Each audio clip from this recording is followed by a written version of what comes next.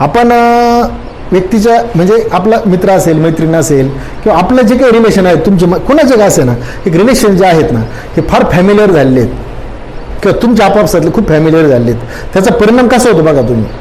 म्हणजे नाते जपताना किती काळजीपूर्वक आपण जपलं पाहिजे. आपण बऱ्याच वेळेस गृहीत धरतो समोरच्याला की चला मी असं म्हटलंय तो करेल बसन, असं गृहीत धरून चालतो. पण गृहीत धरून चालायचं नसतं.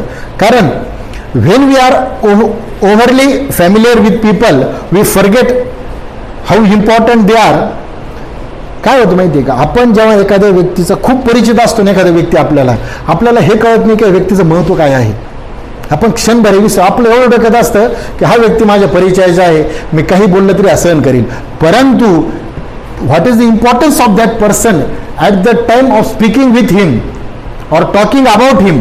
त्या व्यक्तीबद्दल बोलताना किंवा व्यक्तीशी बोलताना आपण हे विसरतो की जर तो व्यक्ती माझ्याशी फॅमिलियर असला तर त्या व्यक्तीची व्हॅल्यू काय आहे हे क्षणभर विसरतो आपण. म्हणून फॅमिलिरिटी ब्रीड्स कंटेम्प्ट. त्यामुळं काय होतं, आपल्या पदरी अपमान पडतो. मग काय होतं, जरी तो फॅमिलियर असला तो व्यक्ती काहीतरी तुम्हाला बोलून जातो, कारण त्याचं मूल्य तुम्ही जाणलेलं नसतं, त्याचं इम्पॉर्टन्स तुम्हाला माहीत नसतं.